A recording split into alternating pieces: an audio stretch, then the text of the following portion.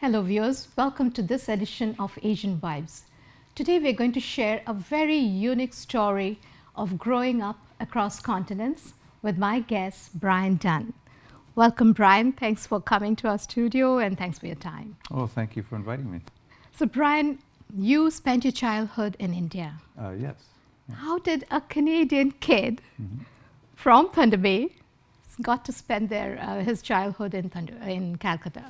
Well, Or India. In India, yeah. Yeah, well, my parents had been working overseas. They spent a few years in Africa. Right. My dad was in Tanzania. And then when I was a baby, we were in Zambia for a while. And then they got a job eventually working at an international school in North India. So that's where all my childhood was and all my earliest impressionable years. Which part of North India? Where exactly? We were right in the foothills of the Himalayas. Oh, beautiful. In a town called Mussoorie. Right. And Mussoorie it's a few hundred kilometers north of Delhi, the capital city of India. Mm-hmm. Yeah. You must be knowing more than me then in case. Oh, I don't know about that. So what is the age or what is the time frame we're talking here? I think I was 7 when we went over. And about 15 when we came back. I finished high school up here in Thunder Bay. So Thunder Bay is my hometown. That's how we ended up back here. But all my earliest memories are from India. And there are good memories, best memories, strong memories. Very much so. Would you like to share some? Well, all my best memories of growing up in the foothills of the Himalayas is that it was a very carefree sort of childhood. My brother and I have one brother. My brother and I were like free-range children. We could go wherever we wanted, and we were given a lot of freedom. Right. So we would hike and we'd go to the bazaar, the main in the town, and I have very fond memories of things like around festival season, around Diwali. Oh yeah. Right, especially after Diwali. When all of so Diwali is the festival of lights, as you know, where everybody lights off firecrackers. And then post Diwali, all the firecrackers would go on sale. So my brother and I would go and buy patakas and we'd light them off all over the hillside. Yeah, I do remember as well growing up, the greatest menace on the hillside were monkeys. So we had rhesus monkeys and langur monkeys and literally growing up with wildlife there. Yep. And it's sometimes as people imagine the kind of cliche Indian road thing where there are cows everywhere. And yeah. So the Indian road is shared with cows, dogs, yeah. rickshaws, Right. monkeys, Yeah. you name it. So your school experiences, so you did your schooling there, some part of your schooling? What was it like? Yeah, so through all of my elementary school, and then middle school into the beginning of high school was at the same international school that my parents were teaching in. So was Hindi, the national language was a compulsory thing to learn? Yeah, was it? Yeah, so similar to how kids learn French here, we had to learn Hindi. Yeah? There, yeah. And how good is your Hindi? It's all right. Chalta hai, as they say. That's a good one. I can get by in the marketplace, that sort of thing, yeah.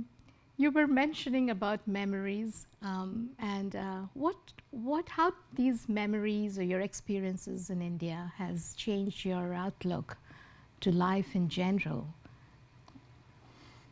I think And coming back to Thunder Bay, how do you kind of compare or relate to kids growing up here? I think what growing up in India did for me was to give me, I think, a fairly deep appreciation for multiple worldviews. So the kids that I went to school with were Hindus, Buddhists, Muslims, Christians, Jains, Sikhs, you name it. From all religions. Yeah. All religions, yeah. And as being an international school, they were not just from different religions, but different countries and cultures and language groups and that. So there's something about growing up in that sort of context that helps put your own culture, your own home culture into context as well. So I guess I grew up people use this term third culture kid. My brother and I were very much third culture kids, you know, where we didn't fully belong in that culture, but neither did we really belong in our home culture. We inhabit a third culture, you know. And but I'm very comfortable in that kind of in between place. But you got to practice your own culture and at the same time adapt to new culture. Yeah, so my parents would bring us home every few years. We'd come back to Canada. So we'd see what Canada's like, and we'd see the grandparents and that sort of thing. But we'd always miss India, of course, and want to go back to India. Do you often go back to India after you? I've been back a few times. Oh, yeah? Yeah. All right. And how long have you been in Thunder Bay now? Most recently, 3 years. 3, okay. Before that, so we'd been in India for 2 years. I was teaching in an international school there. Oh, okay. So the same thing as my parents did for me when I was a kid. I wanted my own children to grow up with some international experience. And same place in Missouri or different city? Yeah, same place. Yeah. Oh, same place. Yeah. So I went back as the religious studies teacher, the head of the religious studies department. And so my children went to school there. Oh, awesome. Yeah. Right. Yeah. In fact, one of my daughters was born there. So her name is Asha. Asha. Which, as you know, is a Hindi name. Hope. Means hope, yeah. Yeah. But we call her Asha Tamasha. Tamasha. I also see that you have brought with you some of these comic books that I have grown up with. Amar Chitra Katha. And that was a big part. Was that a big influence for you too? Very much so. So some of my fondest memories of childhood were taking train journeys with my family around India. Right. So I've actually been to where you come from a few times. We went to Calcutta, and then went all the way south to Kanyakumari and I've been up to Ladakh. And up to Ladakh? Yeah, I've been all through Tamil Nadu, I've been through Karnataka. I've been, I think, everywhere in India except the northeast provinces. So I haven't been to Mizoram or Manipur, Assam and that side. But I've been kind of everywhere else, Kashmir, everywhere. So we'd go, most of the time we would travel by train. That's the best way to see India, right, is to travel by train. And back in those days when I was a kid, I remember, you know, when you'd stop at every station, you get off on the platform and there would be people selling chai, you know, chai, garam chai. And hot tea. Yeah, and they would sell it in these clay cups. Yeah, the little clay cups. So my brother and I, of course, would go and we'd get some chai. And the specialty food that is very special to that particular city or town. Very much so, yeah.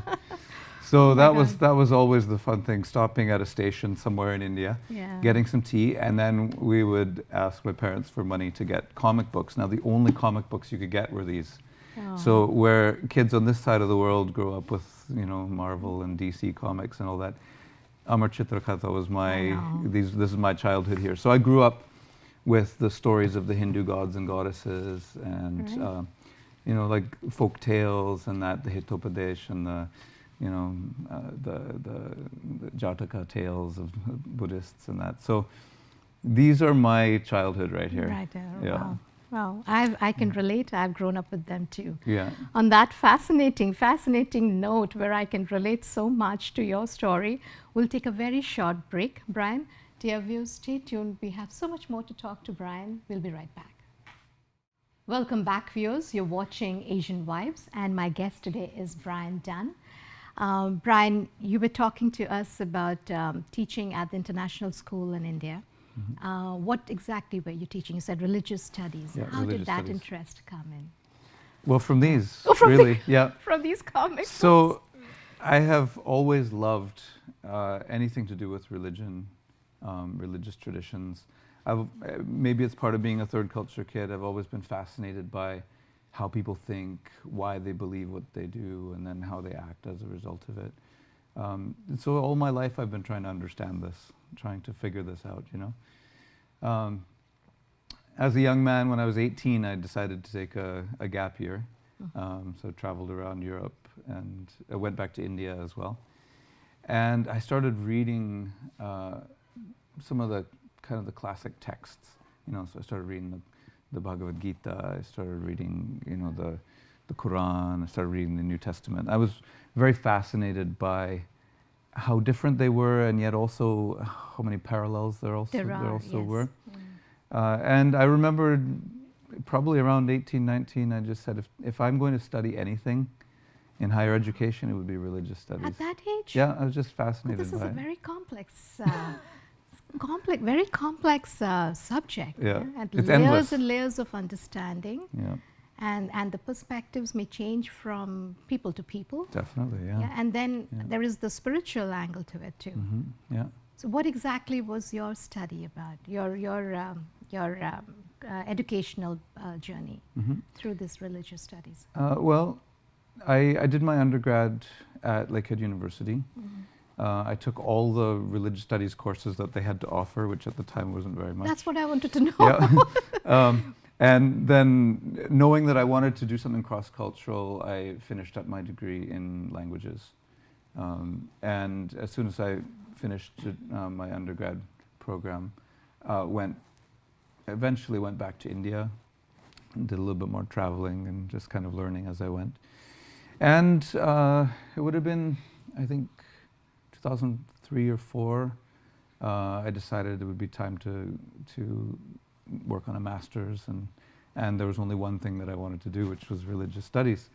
So I applied, just as a long shot. I thought I would apply to the University of Oxford to study religious traditions. Wow. And lo and behold, I was accepted there.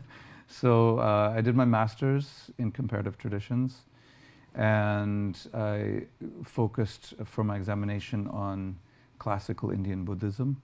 So from the earliest Buddhist texts, the Pali texts, up to the development of Mahayana. So that was my main interest at the time. Okay. Yeah. And then after that I went back to India and taught. I was there as the religious studies teacher and head of department at this international school. And finished another term of a contract there, and decided that I wanted to keep going with a doctorate, and so returned to Oxford to do a doctorate in comparative theology.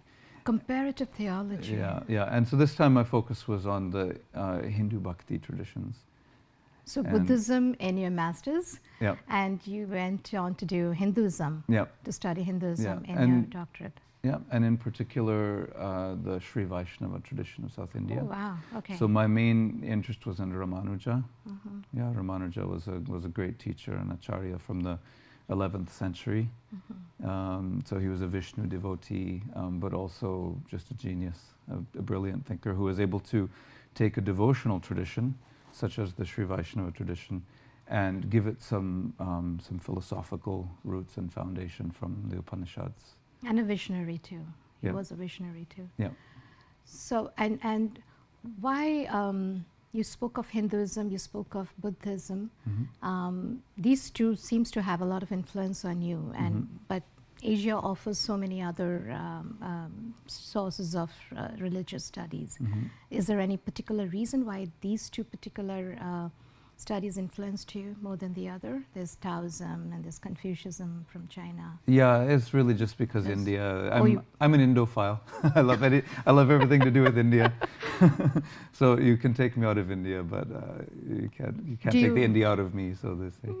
Yeah. Do you appreciate the secularism that India brings to the world?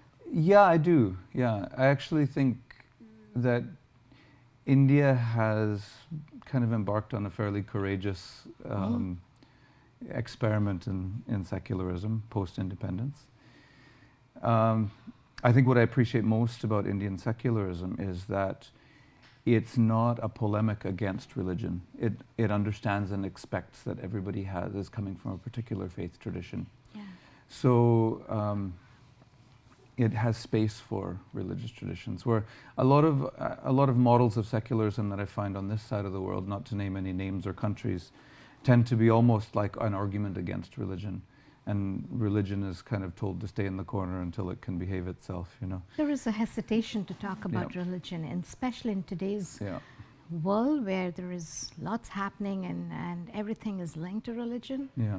Yeah. And the other thing that I wanted to mention was, since we're talking about religion and India, Mhm. that was one big factor in dividing the country as well Yeah. during the partition. Yeah, it was, but artificially so. How so? Well, from what I understand, the actual partition of India and Pakistan, it was artificial in that it was based on the British census that went through village by village and said there's majority Hindus here, majority Muslims here, majority Sikhs here. And they just drew an arbitrary line there. But of course, being India, being the subcontinent, everything's grown organically around itself, right? So Hindus and Muslims and Sikhs were in the same village, right? They were in the same area. Absolutely. You know, so you can't just draw an arbitrary political boundary and not expect that things are going to happen. So yeah, I'm not one of these ones to blame the British for everything, but definitely the British were to blame for much of the violence that happened, I think, post independence, just because they had no idea what the result would be of just some decisions that were made, you know, from on high. Yeah, but real lives were affected, and villages were torn apart, and bloodshed, all of that. Yeah, well, So, we yeah. have heard from our grandparents, but we have grown up with a lot of movies and Bollywood stories and plays Yeah. that have depicted these partitions and have gathered so much knowledge or information, you may say so, Yeah, from these literature, yeah, these forms of media. yeah. Yeah, but history, every country has its history. Yeah, and Good, bad, and a battle for history too. Yeah, battle for history too. Yeah. Different reasons, different causes. Yeah, it's been interesting, kind of just becoming aware of how the history was told back in the 80s when I was there as a kid during the time of Indira Gandhi, and then now how history is kind of being rethought in the new millennium, you know. So Brian, hold on to that thought. I have a few more questions on Sure. that. Dear viewers, we'll take a very short break and we'll be right back. Dear viewers, welcome back to Asian Vibes. We're talking to Brian Dunn on a very deep and a very relatable topic for all of us today, right? With regards to religious studies and its impact and influence. And we also discussed about the hesitation of talking about religion. Yeah. Yeah. What I wanted to know was how important it is for us to be at least aware of religious studies or religion in general.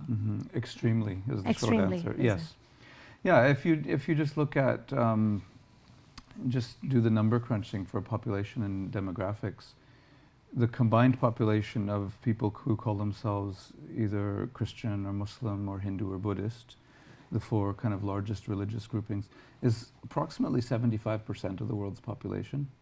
So if we want to understand what's going on in the world, we really must. We can't afford any longer in North America to have an ostrich approach to all this, you know, to stick our head in the sand and hope it'll go away. We just can't do it.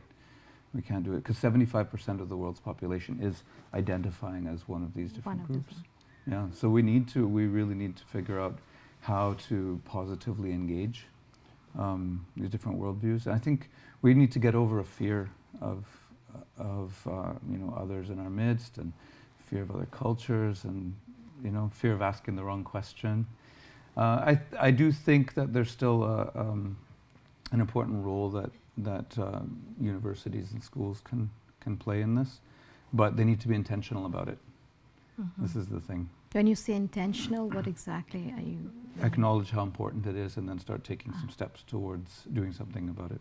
And religion has the answer to some of the issues that are happening today that we see around us? It has many answers. Yeah.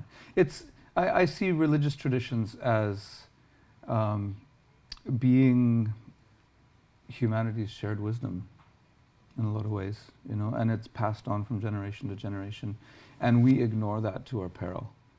You know, a lot of people in this day and age think that we can discard religion, or they tell, again, it's the battle of narrative, right? It's a battle for story. The way people tell the story, sometimes they make it seem as though everything that's wrong with the world is religion. And who tells the story is also important? Yeah. The storyteller is also important? Yeah, absolutely. Yeah.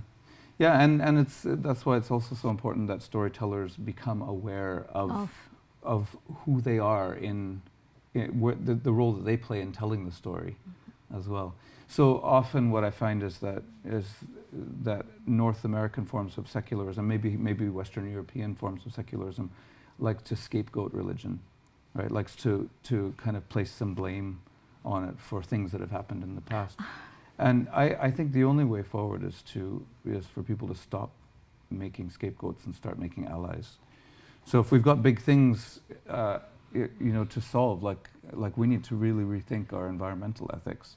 Is it possible that in that 75% of the world's population, there's plenty of robust worldview to be able to positively engage questions about the environment and that? But if we're continually alienating religious groups by making them out to be the problem, then we'll never make allies of them. So this is why we need to really be intentional about rethinking our approach to religion in general. So Canada has things to learn from India, and likewise India has things to learn from Canada. Absolutely. If I have to put, say, a list of few, maybe, if you can help me understand that, what can we learn from each other? Well, I think an analogy that I like to use, when people ask me this question, an analogy I like to use is of the Indian road. So when I went back to India as an adult, I had to learn how to drive all over again, because it's just so different. It is very different. It is like you have cows and dogs and rickshaws and, even vehicles that have been sewn together like jugaad vehicles, that are just... You're using this exact they're made of... colloquial language. Yeah, these vehicles that are made of tractor engines and various parts put together. You find everything on the Indian road. But this is what I love about India, is that everything belongs on the Indian road, right? So when, on the back of a Tata truck, one of those big trucks. The big trucks, yeah. Often you'll see this sign that says "Horn, please."